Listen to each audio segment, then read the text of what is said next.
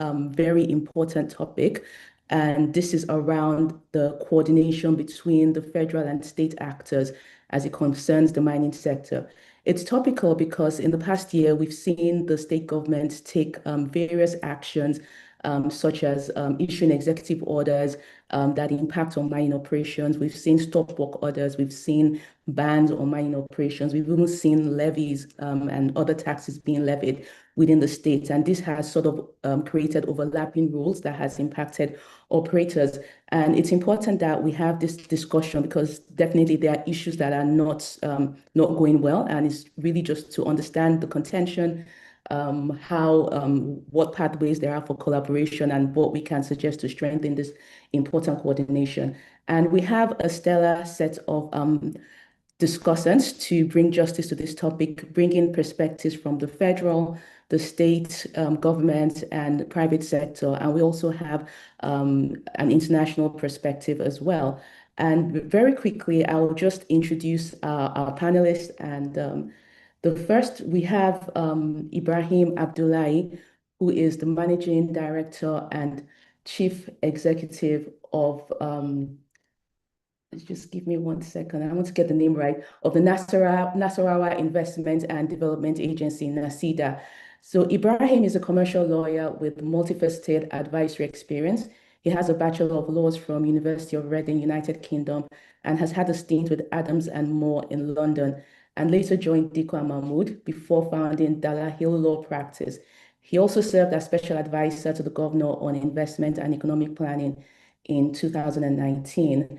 As the managing director of NASIDA, he has led transformative reforms that have positioned Nasarawa State as one of Nigeria's most investment-friendly states. And his leadership at NASIDA has seen the state attract over $2 billion in investment across key sectors, including mining. And he also spearheaded the doing business reforms, where over 15 reforms have been implemented. Next up, we have Chukwudi Anyawocha, who is the Special Assistant Legal Affairs to the Honorable Minister of Solid Minerals Development. He's a lawyer and policy advisor with over 15 years experience in mining law, corporate law, legal reform, and governance and regulatory frameworks. He contributes, as in his role as Special Assistant to the Minister, he contributes to the review of mining legislations, interagency coordination, which is very key, and development of several sectoral policies to attract investments in the sector. He holds dual MBAs from the International University of Applied Science, Germany, and the London South Bank University, has an LLM in international business law and Russian business law from Novosibirsk, I hope I pronounced that right, State National Research University in Russia, as well as an LLB from Imo State University. And he also has completed advanced courses in mining, such as geology and resource management by the China Geological Survey, corporate finance for mineral processors and geologists from the Bradshaw Research Institute for Minerals and Mining, University of British Columbia, and a lot more. And so moving on to our next panelist, bringing the private sector perspective, is Ehana Elebiyo. Ehana is the head of legal at Segilola Resources Operating Limited. This is Nigeria's first and largest commercial gold producer. In this capacity, she provides strategic legal oversight over all facets of the company's operations, and she, including regulatory compliance, contract negotiation, stakeholder management, and dispute management. She has extensive experience in corporate and commercial law and plays a pivotal role in guiding the company through Nigeria's complex regulatory landscape, ensuring alignment with both federal and state frameworks governing the mining industry. And the last, but certainly not the least, is Mr. Phil Sikata. And he is the senior partner at Reindorf Chambers, which is Ghana's member of DLA Piper Africa. And he has been in practice since 1975. He has been working on mining and energy sector issues for over 40 years and has provided legal and policy advice on projects involving United Nations Economic Commission for Africa and the Commonwealth Secretariat. He's one of Ghana's advocates in proceedings at the International Tribunal on the Law of the Seas relating to maritime boundaries between Ghana and Cote d'Ivoire. And his summary of proceedings, he has a number of publications which we would share in the chat. He holds an LLB from the University of Ghana and a BCL from Oxford University. So the LLB is 1970, BCL 1974.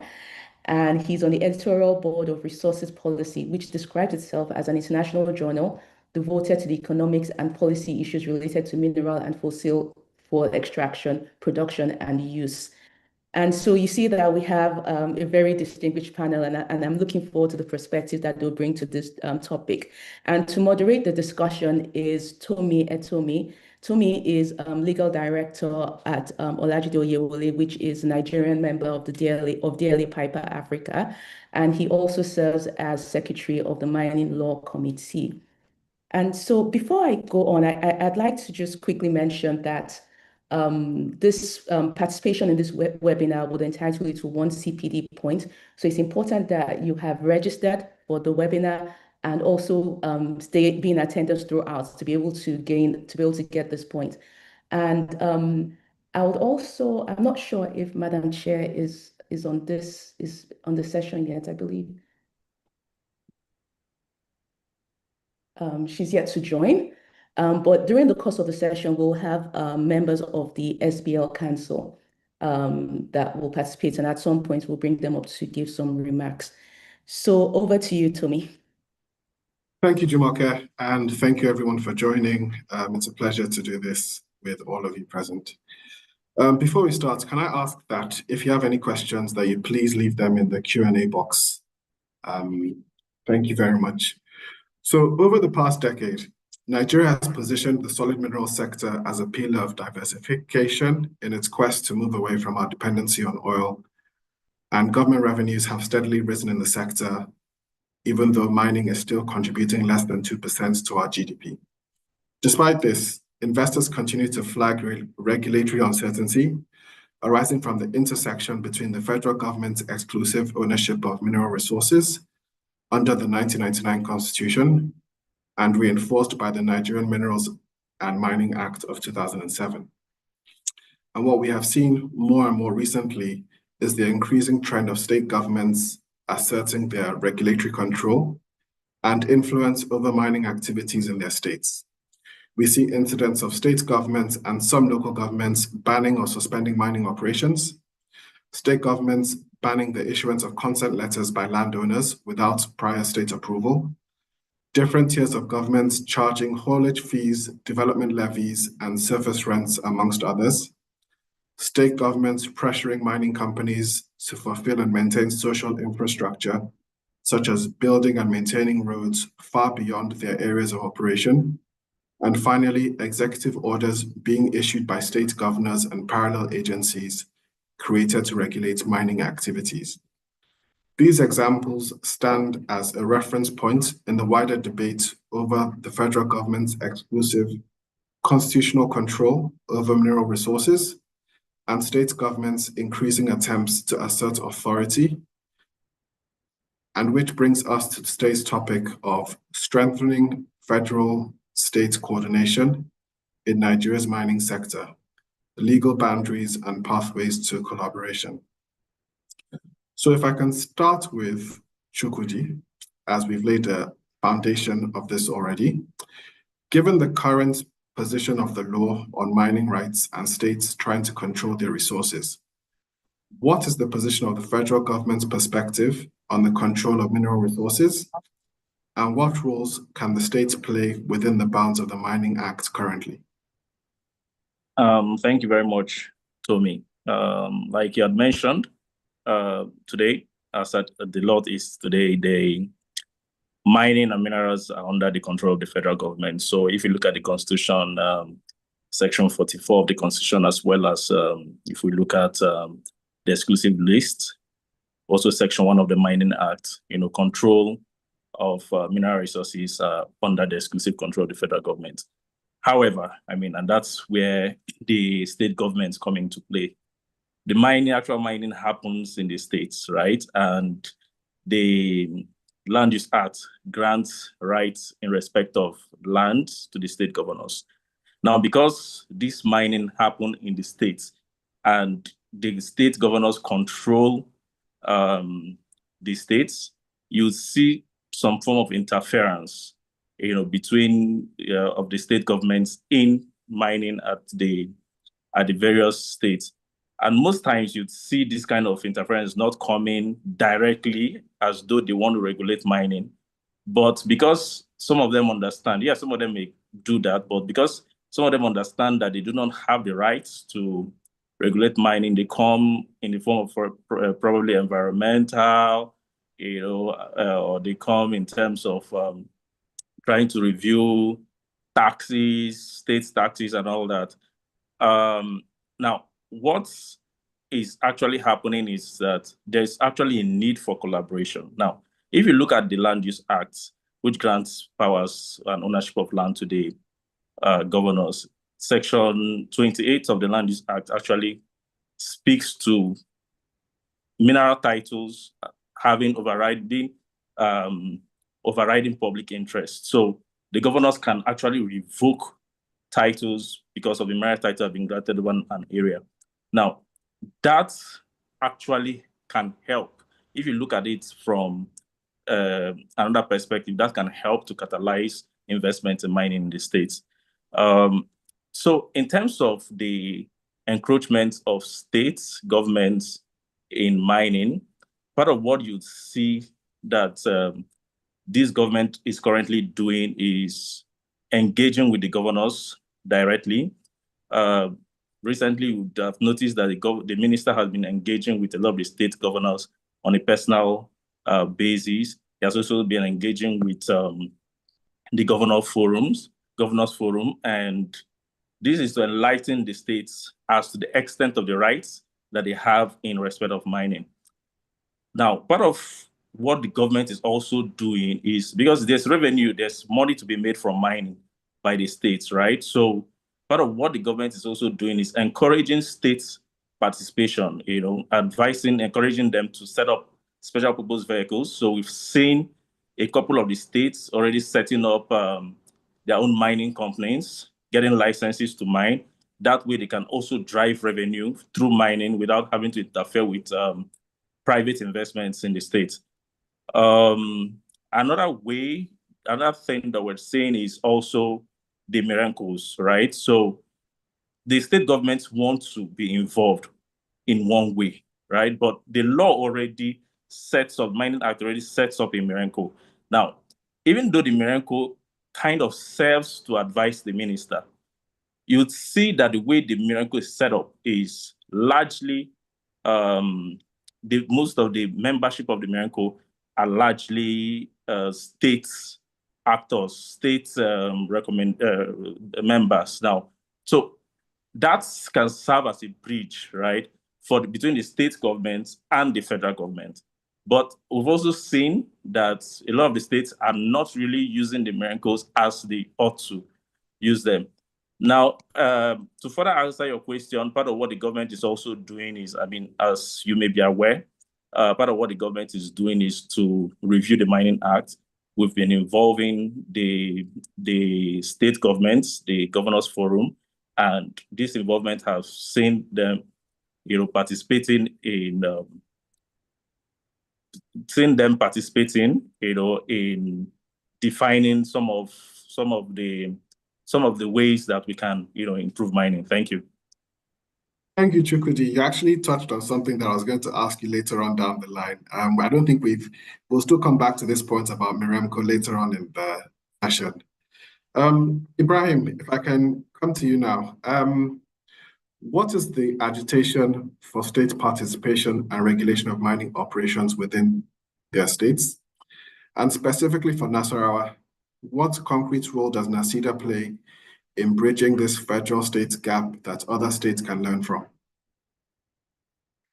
Thank you very much, Tomi, and it's a pleasure to speak on this platform. I think state agitation is nothing but a practical and very pragmatic approach to really solve this challenges that the sector continues to face, because we really need a lot of investments to have a real and very active and mining sector in the country. So My brother Chipudi already spoke. On the one hand, the Constitution vests mining regulation on the federal government, and on the other hand, the Constitution through the Land Use Act vests powers over the land on the governor of a state. And these are, vital instruments to permit or to enable mining activity in the country. So most of the times, you will come across conflicts, serious conflicts between miners and mining companies over who owns what land and who's been given what permits to mine. And the law is very clear. To get a mining license or permit, you actually do need consent of a landowner or something of that sort. And if on the one hand, this is regulated by the state and on the other hand by the federal government, then there needs to be a convergence, there needs to be a synergy for both the federal government and the state government to work together. So, but in practical terms, how does that work without any conflict? But in Nasarawa State, we've been able to work through this in the most amicable, in the most progressive manner. One, we've made sure we've opened a very important channel of communication with the federal government. We were in alignment with the Mining Cadastral Office and the Ministry of Mines. So we have also activated our own Miremco. We have a Miremco that's very active. So all parties are being engaged. But more importantly as well, we've instituted reforms and local laws that don't stifle the already existing federal regulation over mining. It is very clear that mining is being regulated by the federal government, and in no way have we tried to usurp the power of the federal government to regulate the sector. We're not trying to regulate the sector, we're just trying to better the environment for more investors to come in. Our goal is simply to attract investments into the state in that sector. So we were also participating as a market player through our holdco, the Nasarawa Mining Company. We also acquire assets and partner with mining companies to invest in the state. We just use that as a base or platform to promote investments that are very catalytic. We're very bullish on value addition, where the federal government's strongest advocate in promoting value addition in the sector, because most of the times what has happened over the years is that mining companies come and mine these resources and take them out of the country, and we don't get any beneficiation, and that is really where economic catalytic growth comes in. Value addition of raw materials, creating more jobs, creating more revenue, both for the federal government and the state government. Thank you, Brian. Ehana, as an operator in the sector, what should the law address towards defining the roles of states in mining governance, whether as regulators, equity participants, or hosts? Okay, so I think for us as private operators, we have come to see that the Constitution and the Nigerian Minerals and Mining Act already provide the role of the state government as implementers of laws that are made by the federal government, because mining, as we've heard, is on the exclusive list. And so it creates a territory for just the federal government to regulate mining. So where you have a situation where the state is agitating to be part of that regulatory authority, it creates dual regulatory system where a miner is put in between. You have a miner who is compliant with federal laws, but the same miner can be deemed non-compliant with state laws. And that duality creates problems for the miners. So for us, we would prefer that the state governors are made aware of the provisions of the laws and then incentivized to implement the laws that are already in place. The Mining Act already states that once a mineral license, a title is granted, the state governors within a particular time frame are meant to revoke rights of occupancies of the owners of such land, and then the land will be deemed, you know, a land that is for overriding public interest. But in reality, in practice, we're not seeing that being done. We're seeing a situation where the state government still try to restrict access to land, and then that creates a problem for the miner. You have your license, but you don't have access to the land. You have the laws that clearly states that the state governor, as somebody who is supposed to be collaborating with the federal government, is meant to take charge at the state level, revoke rights of occupancy to grant full access to lands by operators. So if we have a situation, I don't think the issue is that we need to create more laws. I think the law is very clear, and the law creates for a seamless system where both state and federal participants are able to collaborate and create a very good working environment for operators. So if we can get probably the federal government to draw the state actors closer and create a transparent system where there's no suspicion on the state's part that maybe there's sort of some bias on the federal government's level towards operators. If we have such systems in place, then the laws are fine. We believe that we would see better outcomes for operators. Thank you, Hannah. Mr. Chikata, Ghana is our next door neighbor. We want to know, how is Ghana's mining sector structured, and what regulatory institutions or agencies currently exist to provide coordination between subnational and national governments? Yeah, thank you, Tommy. I think to start with, I should give a certain constitutional background. I mean, in Ghana, in the fight towards independence, there were those who wanted a federation, you know, and those who said we want a unitary state with central government powers. I mean, those who advocated federation were marginalized. The groundswell of support was for a unified central government. So that has a very sort of deep impact on the institutional arrangements for mining in Ghana. The minerals are vested in the president in trust for the people of Ghana. It is the minister responsible for mines who exercises the powers of the president in terms of licensing. We have a structure in which there's a minerals commission, which is supposed to be a technical body that advises the minister and supports the regulation of mining operations. We also, of course, have sort of an environmental protection agency, which again is a central body.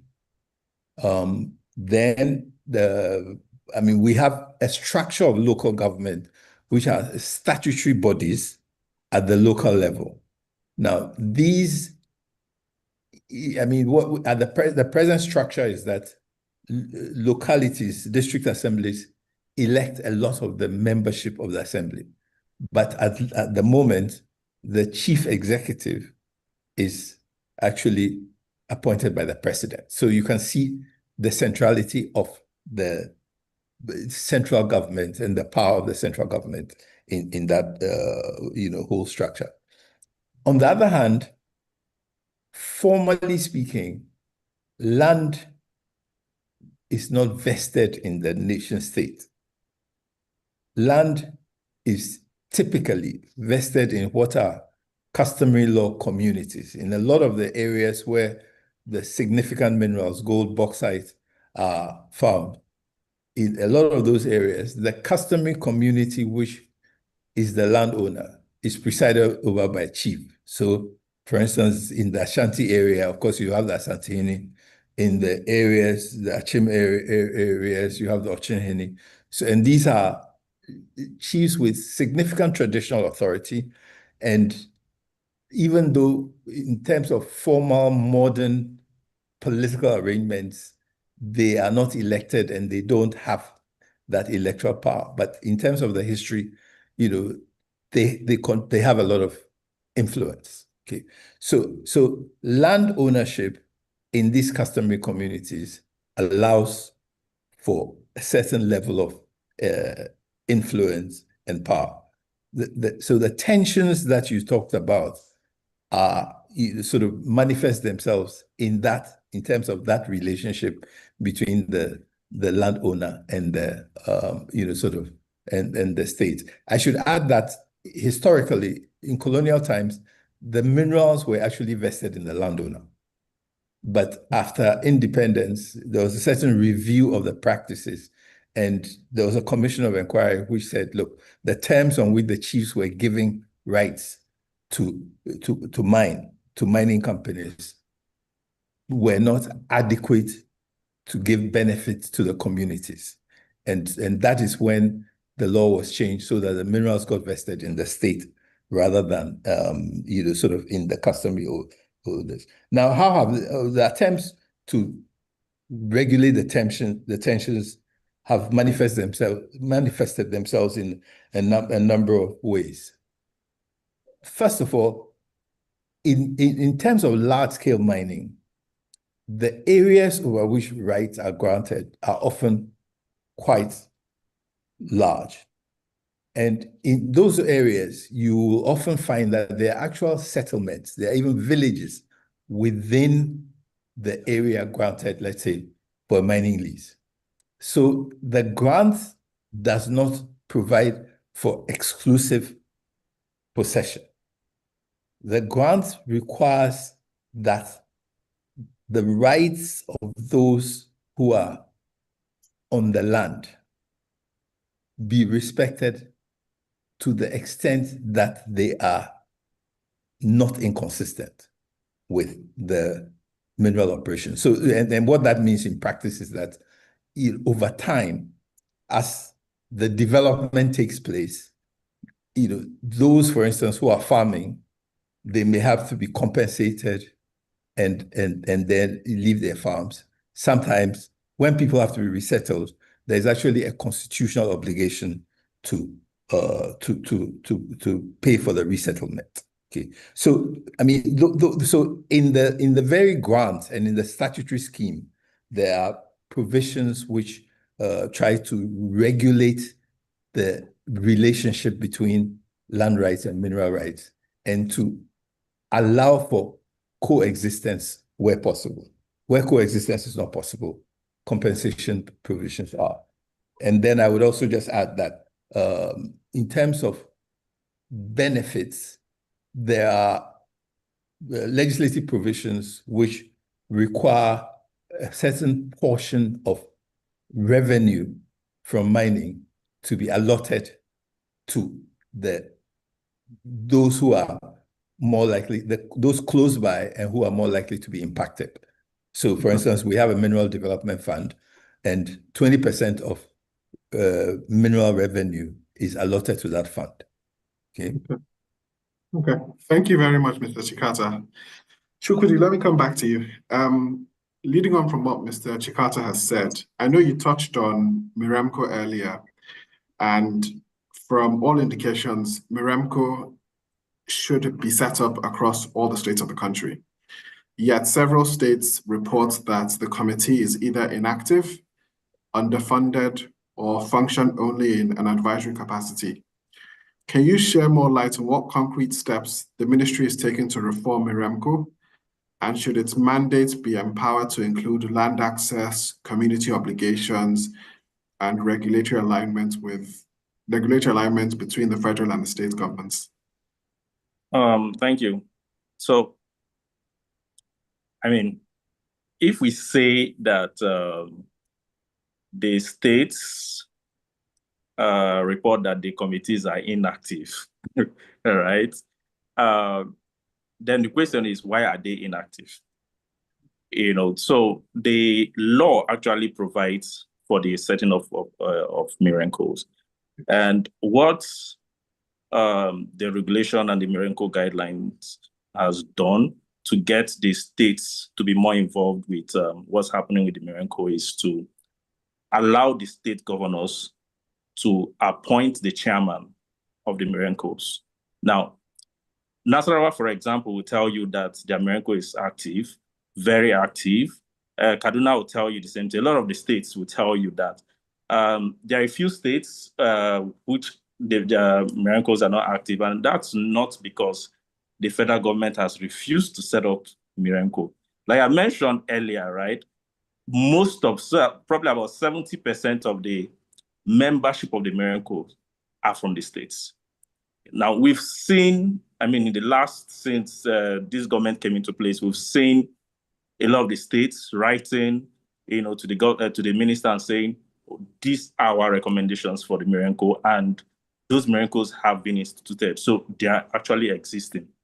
Now, I agree with you that there's a need for regulatory alignment to the federal government and the state government. And so part of what we do is each time, so for example, the sessions we've had in respect of the review of the Mining Act, sessions we've had in respect of the critical mineral roadmap, we'll always invite the Mirencos to participate, and then we'll always get feedback from them.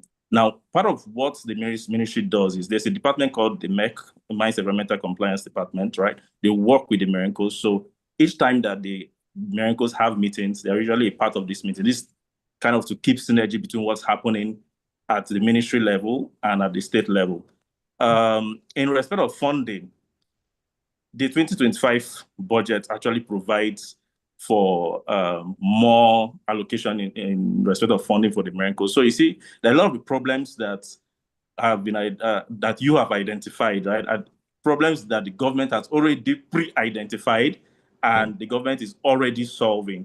Now, in respect of the advisory role that you mentioned for the Mirencos, so if you look at that section 19 of the Nigerian Minerals and Mining Act, if you look at subsection 3, you'd see that the wording of what is said in respect of function, you see words like consider and advise.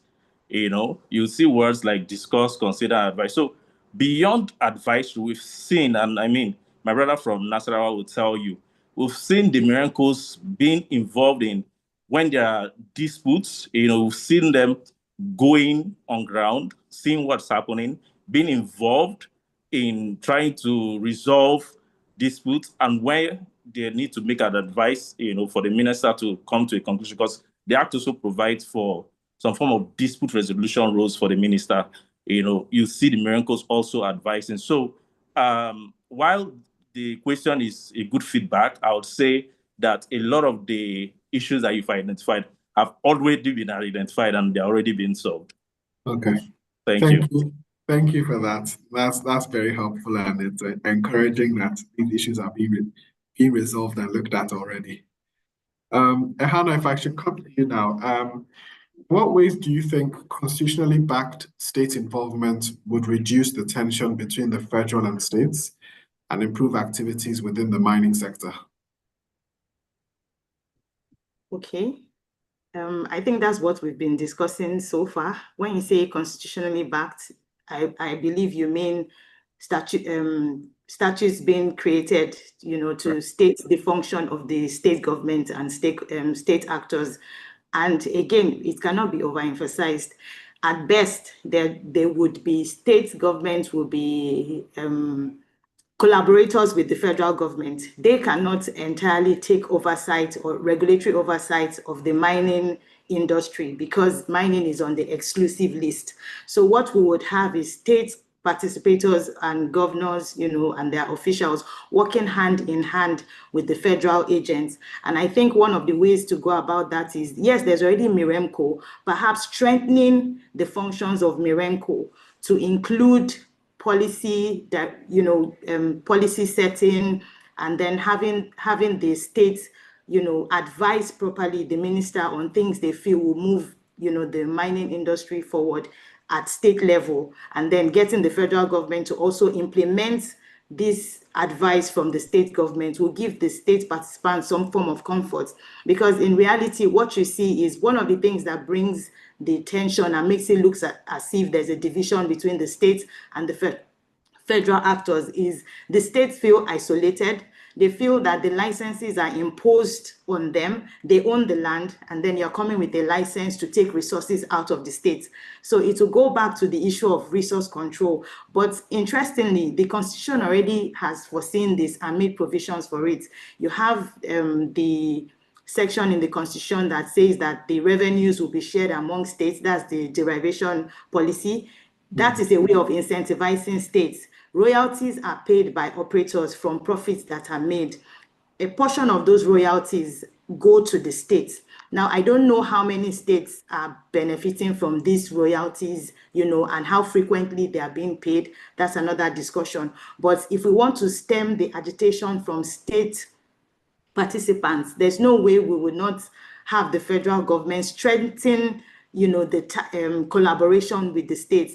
They're already incentivized in form of royalties, that a portion of royalties that go back to the states, host states, and then you have a portion of community development programs for the local communities, which the operators are very well doing. For instance, Segilola spends a lot of money developing its host communities. That's already in place. So I feel that, again, it's not about creating new laws, but getting state actors to understand that you can only work as an implementer of the laws that are already in place, which gives the federal government exclusive rights to regulate the industry. But that's not to isolate the states, that's to get them to work hand in hand with the federal government. We've had issues as operators where you have maybe federal agencies conducting audits, environmental audits. Usually there's the joint assessment and joint audit that should happen between federal agencies and state agencies. Sometimes the federal guys are there, state guys are there, but they go back and give negative report because they feel, oh, federal government is biased because they were the ones who issued the license. So there's that agitation to have a bit of more assertive control over the operators within a state. That should not be happening. There should be synergy between the agencies. If there's going to be an audit, both work hand in hand. You're auditing the same company. There's no need for one person feeling he has to do more than the other person. So those are the kind of issues that we face as operators. If there can be collaborative sessions between the federal, organized by federal stakeholders and the state, we will see better, a better working environment for mining companies in Nigeria. Thank you, Hannah. Thank you very much for that concise and very explanatory response. Mr. Chikata, before I come back to you, Ibrahim, from Ghana's experience, do you believe a more decentralized framework where regional or state governments directly regulate mining rights within their territories would strengthen or weaken governance outcomes? What safeguards would be required to make such a system work effectively? I mean, I wouldn't presume to tell you in Nigeria how to structure everything. I mean, but seriously speaking, I think these things cannot be addressed more or less in the abstract. I do think that the concrete circumstances of particular jurisdictions are really quite important in determining how the relationship, the interaction between the different, sort of polities, shall we say, should work. I mean, as I said to you earlier on, in Ghana's case, because of the centrality and the legitimacy of that whole notion of a unitary state with a strong central government, it does impose, sort of really quite a great deal of coherence as far as who regulates is concerned, as far as who imposes the most significant taxes and so on and so forth. Now, the process of involvement of the locally impacted, whether the statutory local government bodies or the traditional authorities, the process is by way of giving notice of applications which come up, giving the opportunity for representations to be made at the licensing stage and as also at the stage of environmental, approvals. So those are the areas. And then, of course, as I said, there's a certain allocation of benefits to those impacted, and there are formulae for that. So in broad terms, I mean, these are the issues, and I'm sure that there are issues which are being sort of considered in the Nigerian context. The reality is that, I mean, to do this thing effectively, you have to take account of what is viable in your particular situation. What do power relations actually, permit? And what would the interested social actors regard as legitimate? I mean, I think broadly speaking, these are the sorts of issues that have to be considered in fashioning a regime and in trying to work out the coordination between the different elements. Thank you very much, Mr. Tikasa. And finally, back to you, Ibrahim. Against the exclusive preserve of the federal government to regulate mining in Nigeria, how has Nasarawa been able to achieve its strides in the mining sector without violating federal exclusivity? I think you're on mute.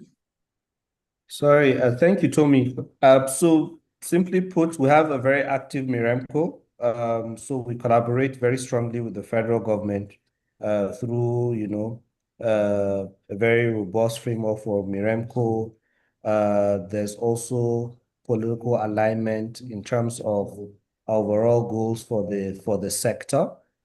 And so we also have an enlightened self-interest in deepening this market. So the state also participates as a market player. We have totally aligned our own regulatory framework to support, the existing constitutional powers and roles vested on the federal government. Going forward, we think that both the soft power and the informal role that the state plays should perhaps be more clearly written in our laws, just so that other states that have not been active can see clearly the role that they can play. Because just leaving it to be done in the ways that some states are doing. Some states may not be as progressive. Some governments may not be as progressive as other governments.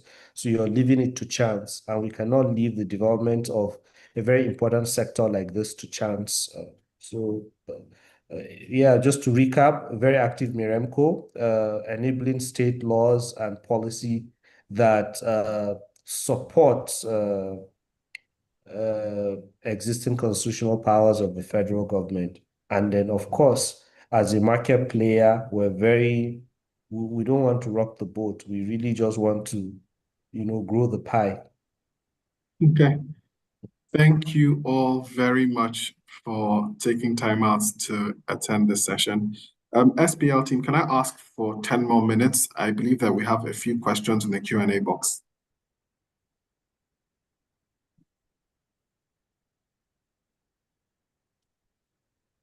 Okay, so there's a question from Falachade. Was a publication to the effect that an amendment to the Constitution was in play to provide states with a role in solid mineral sector?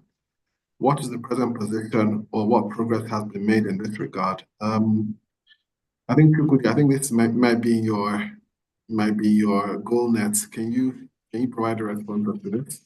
Okay, to respond to that, I would say, we all know that the process for constitutional amendment is usually a long and tedious process, right? So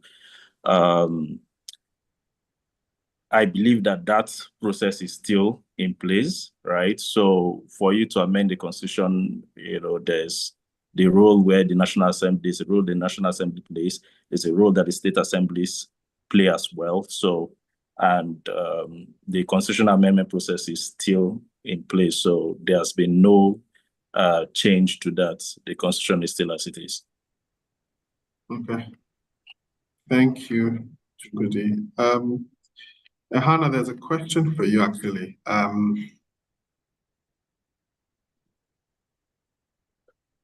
Could Hannah talk about the challenge of artisanal miners in their operations and what Miremco could possibly do to reduce the tension and conflict? The challenge of artisanal miners? Yes. Repeat the question, please. Talk about the challenge of artisanal miners in their operations and what Miremco could possibly do to reduce the tension and conflict. Well, I think when you say artisanal miners, we don't have challenges of artisanal miners. There's a difference between artisanal miners and what we would call illegal miners. So I want to believe this person has used the phrase artisanal miners, but maybe is asking about the challenge of illegal miners. Yeah. Okay, so yes, we have a lot of them within our, our mining mineral title area. And what the government can do is, I think, strengthen and bring them together. We know that these people, of course, are looking for means of livelihood. So we can, reorientate them, educate them on getting the licenses that are required to mine. And then we have joint task force that have been set up by the federal government to supervise their operations, because one of the greatest challenges is unsupervised mining. At that level, they create a lot of problems environmentally. So you would want there to be a joint task force that is active in controlling their activities, in ensuring that while they are trying to, source for a living, they are not degrading the environment and causing more problems for the host communities. So I think the onus lies on the federal government to strengthen their hands by creating a more enabling environment for them. There's also the funding issues that they have. A lot of them use obsolete tools for mining because there are no funds. So if there can be a sort of creating a framework around that, what is supposed to be artisanal mining that is in reality illegal mining, then we would have, a situation where the tensions are reduced and both parties can work side by side. Okay, thank you. Chukwu, do you have another question? Sorry about asking you today. That's fine. The question is, do we need an independent regulator in the mining sector, a technical regulator as opposed to the ministry as the key regulator?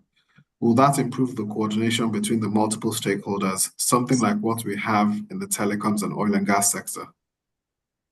Okay. I wouldn't there are conversations, right? So it's not for me to say whether we need it or we don't need it, right? I think it's so I'd rather say that there are conversations already going on in respect of that.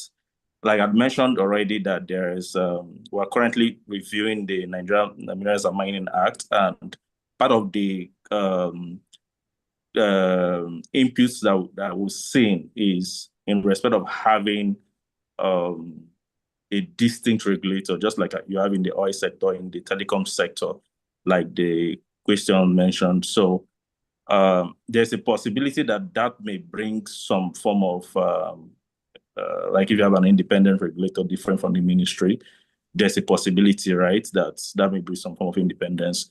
And but it's something that is being considered. I wouldn't say it's something that will work or will not work because, sectors are different, right? So until those conversations are had and fully trashed out, right, I won't be able to answer as to whether it's going to work or it's not going to work. I don't know if that's sufficient answer. That's a sufficient answer. I understand. I think we only have 5 minutes left on this call now. I understand the chair of the SBL is on the call, so I think we can hand over to the SBL chair, Madam Uzofu Ogemudia, to give her closing remarks.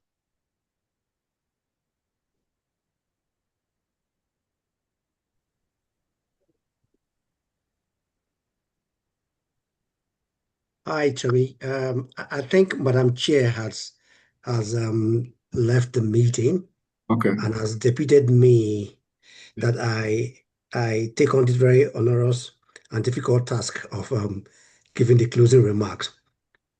But thankfully, you and the team and the panelists have made it very easy for me. All I would just say is to say, well done for an excellent job. I don't practice in the mining space, but I think I've learned quite a bit today, and I think everyone that listening to Mr. Chikata, Ehana, Chukudi, and Ibrahim speak today will go out of this webinar much more informed about the regulatory framework and the going-ons in that sector. One of the key things for me that I take away from here today is the contextuality of each particular regime and framework.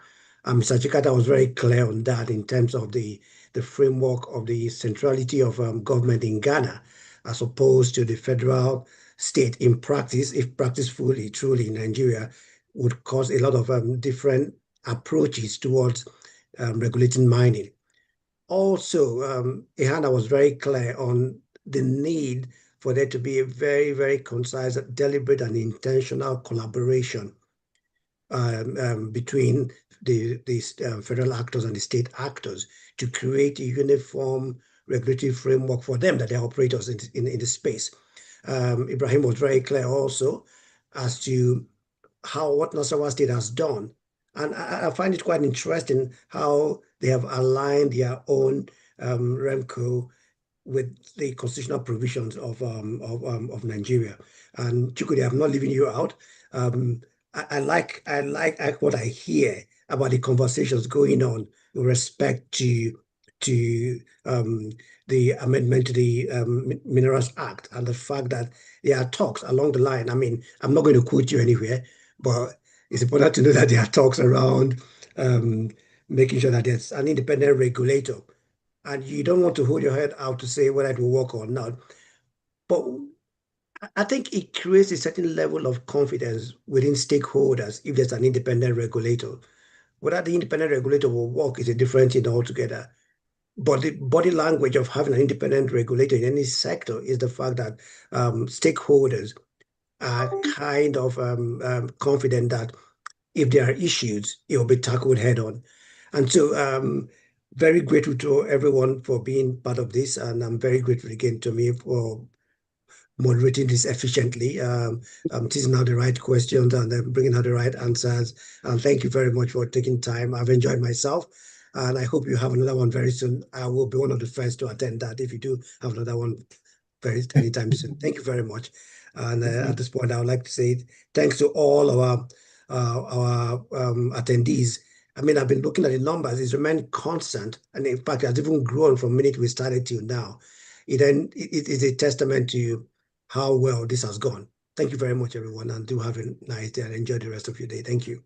Thank you. Oh, I forgot to mention, my name is Osel Kweku, a member of the Executive Committee of the Executive Council of the SBL, MBA SBL. Thank you.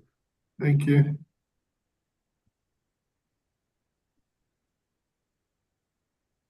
Thank you very much. Thank you to our panelists. Thank you for the perspectives that you've shared. I think it was also good to hear the background from the Ghanaian experience and draw lessons that we can learn, which one in particular is the notification that you say goes out to the communities where mining will take place. I think that sort of coordination will be very helpful. So once again, thank you, Tomi. Thank you, our panelists. Thank you, Ose, as well, for the closing remarks. Until our next session, I'd like to say goodbye and God bless. Thank you. Thank you all. Bye. Thank you, Jimmy. Thank you, everyone.